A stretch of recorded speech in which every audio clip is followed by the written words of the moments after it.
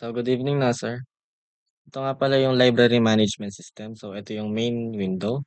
Then, ito naman yung add book window. So, try natin siyang iparun.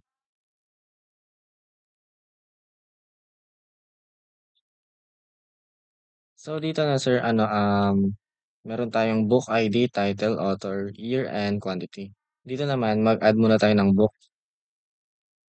Dito, yung title, author, year, publish, and quantity. So, sabihin na natin Doraemon.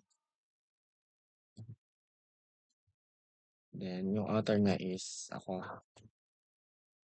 Then, year published is 1998.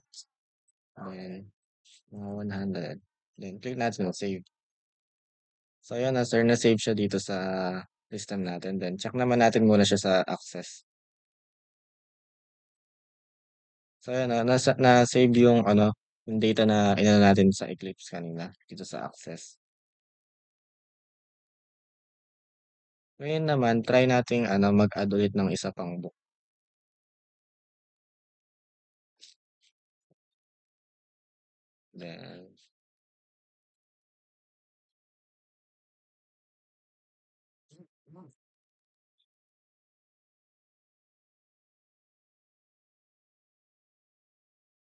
Then, click natin yung save.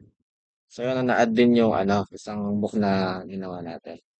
Then, try nating i-search yung Naruto kung gagana yan. Search, search bar.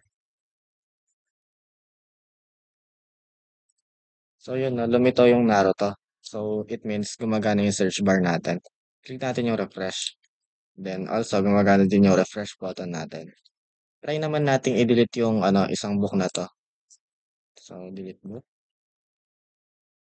So, yun, no, sir, gumagana din yung delete book. Na-delete niya yung, Doraemon.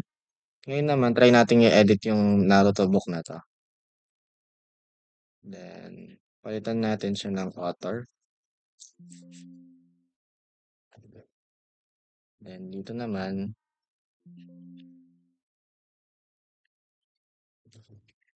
then, D.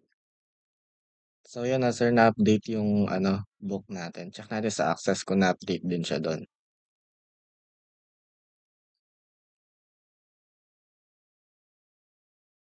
So, yun na, sir, na-update din dito sa access yung in-update natin dun sa Eclipse kanina.